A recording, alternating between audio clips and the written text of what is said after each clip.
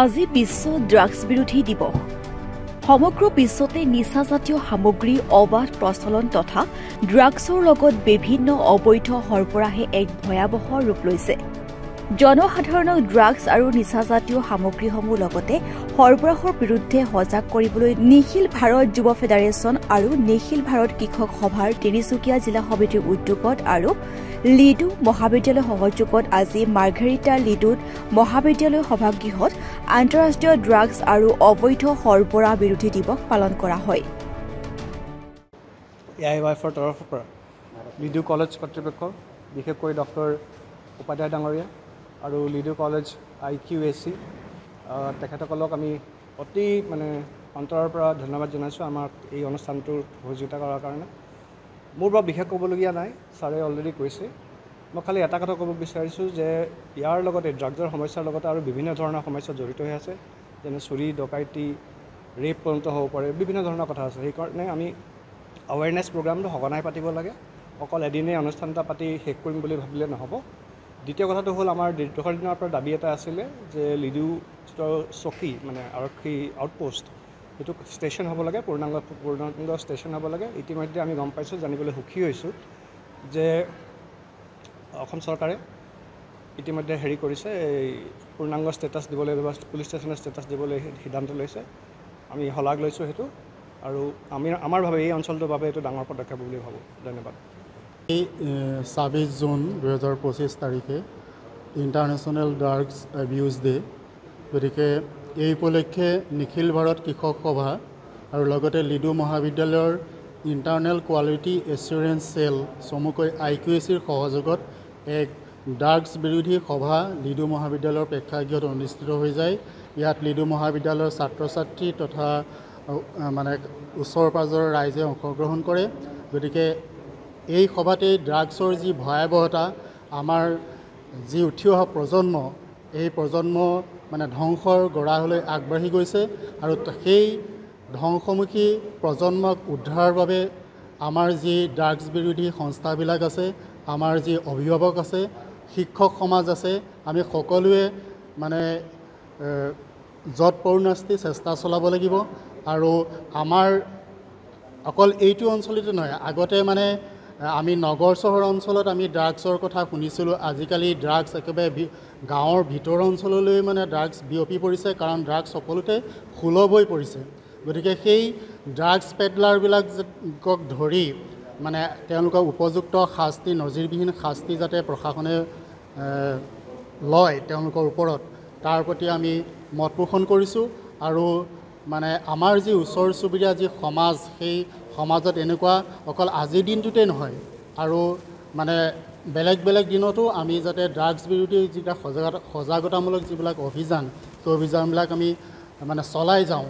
আৰু আমাৰ ইয়াত যি অসামাজিক যিবিলাক কাৰ্যকলাপ হৈ থাকে, চুৰি ডকাইতি হত্যা ধৰ্ষণ লুণ্ঠন, এইবিলাক সকলোৰে আমি যদি গুৰিটো চাওঁ তাক ড্ৰাগছ সেৱনৰ লগত কোনোবা নহয় কোনোবা জড়িত হৈ থাকে। গতিকে সেই ড্ৰাগছ নিৰ্মূল কৰিব নোৱাৰিলে এই অপৰাধবিলাক আমাৰ সমাজত চলি থাকিব। গতিকে আমি সেই আমাৰ ড্ৰাগছ আমি গুৰিৰ পৰা একেবাৰে উভালি পেলাব লাগিব, তেতিয়াহে আমাৰ যি সমাজত চলি থকা যি অসামাজিক কাৰ্যকলাপ, এই অসামাজিক কাৰ্যকলাপ আমি ৰোধ কৰিবলৈ আমি সক্ষম হ'ম। এইখিনিকে মোৰ। আজি যিহেতু international day of against drug abuse day, আমি যিটো 26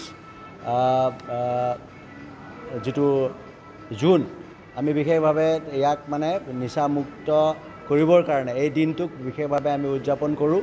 আৰু এই দিনটোত বিশেষভাৱে আমি শপত গ্ৰহণো কৰিছোঁ।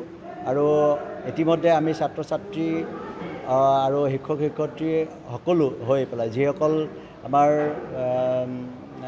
মিডিয়াৰ পাৰ্চনো আহিছিল, আৰু লগতে আমাৰ নিখিল ভাৰত কৃষক সভাৰ যিসকল কাৰ্যকৰ্তা আছিল, তেখেতসকলৰ উপস্থিতিত আৰু এই লিডু মহাবিদ্যালয়ত বিশেষভাৱে আমি শপত গ্ৰহণ অনুষ্ঠানটো আমি ইয়াত কৰিলোঁ।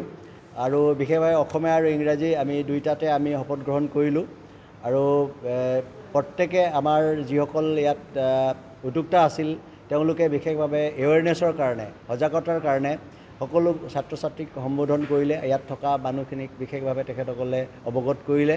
আৰু বিশেষভাৱে মই আমাৰ নিখিল ভাৰত কৃষক সভাৰ আমাৰ গাংগুলী দেৱক আৰু ধন্যবাদ জনাইছোঁ আৰু আমাৰ মিডিয়াৰ যিসকল বন্ধু বান্ধৱ আছে তেখেতসকলকো ধন্যবাদ জ্ঞাপন কৰিছোঁ আৰু এনেধৰণে আমাৰ যিবোৰ এৱাৰনেছ প্ৰগ্ৰেম সেইবোৰ আমাৰ হ'ব লাগে আৰু যাতে আমি নিচামুক্ত হৈ থাকিব পাৰোঁ আমাৰ ৰাজ্য আমাৰ দেশ আৰু আমাৰ জিলা তথা আমাৰ সমাজ গোটেইখিনিক আমি বিশেষভাৱে আমি মুক্ত কৰিব পাৰোঁ ড্ৰাগছৰ পৰা আৰু তাৰ কাৰণে বিশেষভাৱে আমি আমাৰ নিজৰ পৰা আমি আৰম্ভ কৰিব লাগিব নিজে যদি আমি সেইখিনি আমি নকৰোঁ সেৱন নকৰোঁ আমি যদি নিজে সেইখিনি আমি নুচোঁ বা তাৰ পৰা আমি যদি দূৰত থাকোঁ বিৰত থাকোঁ তেতিয়াহ'লে আমাক কোনেও এই ক্ষেত্ৰত আমাক জড়িত কৰিব নোৱাৰিব গতিকে আমি নিজৰ ফালৰ পৰাই আমি প্ৰথমতে আৰম্ভ কৰিব লাগিব তাৰপিছত আমি সকলোকে আহ্বান কৰিব লাগিব আৰু সকলোৱে আমি একগোট হৈ পেলাই এইখিনিক বিশেষভাৱে আমি প্ৰতিবাদ কৰিব লাগিব যদি কোনোবাই সেৱন কৰিছে তেওঁক আমি মুক্ত কৰাৰ কাৰণে আমি চিকিৎসা ব্যৱস্থাও আমি কৰিব লাগিব আৰু যাতে আমি বিশেষভাৱে আমি দেখা পাইছোঁ যে ভাৰত চৰকাৰ বা অসম চৰকাৰে বিশেষভাৱে যিখিনি পদক্ষেপ গ্ৰহণ কৰিছে মানে ড্ৰাগছ বিৰোধী যিবোৰ অভিযান আৰম্ভ কৰিছে সঁচাকৈ মানে সেইখিনি আমি ভাল পাইছোঁ আৰু গতিকে এনেধৰণে অহৰহ যদি অভিযানসমূহ চলি থাকে আৰু যিসকলক আমি এতিয়াও মানে তেওঁলোক আসক্ত হৈ আছে তেওঁলোকক বিশেষভাৱে আমি ইয়াৰ পৰা এইটো যিটো আসক্ত তেওঁলোক হৈ আছে তেওঁলোকক আমি কেনেধৰণে মুক্ত কৰিব পাৰোঁ সেইটোৰ ক্ষেত্ৰতো আমি চেষ্টা এটা চলাব লাগে গতিকে বিশেষভাৱে মই সকলোকে ধন্যবাদ জ্ঞাপন কৰিছোঁ আজি এই কাৰ্যসূচী ইয়াত পালন কৰাৰ বাবে ধন্যবাদ মাৰ্ঘেৰিটাৰ পৰা বিকাশ বৰুৱাৰ ৰিপৰ্ট ডিবি নিউজ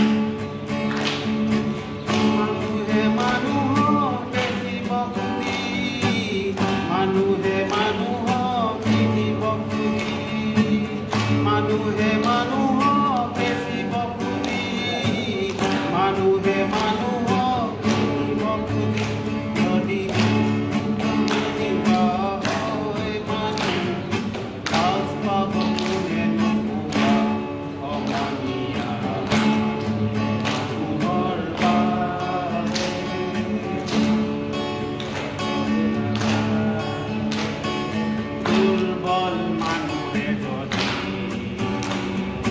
জীবন